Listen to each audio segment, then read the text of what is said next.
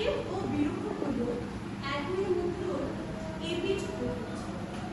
প্রেমের অনুভূতি যেমন হয় স্নিগ্ধ বসন্তের হাওয়ার মতো, ঠিক তেমনই সেই প্রেম না পাওয়ার অনুভূতির নাম হল বিরহ। প্রেম শেখার বাঁচতে, বিরহ নিয়ে যায় ব্যক্তির ভালোবাসার গভীরতায়। আজ আমরা নবমীর দল এমন কিছু কাব্যিক শব্দের ডালি সাজিয়েছি যা আপনাদের হৃদয়ে লুকিয়ে থাকা সেই পুরনো প্রেম ও প্রিয়জনের স্মৃতিগুলোকে ছুঁয়ে যাবে। এই কাব্যিক শব্দ ডালির নাম দেওয়া হয়েছে অভিব্যক্তি। মাঝে মাঝে তোমাদের মনে হয় বিশ্ব শান্তির মতো নয়, আবার কখনো তোমাকে পুরনো সিন্ধুকে জমানো মোহরের মতো গোপন করে রাখে।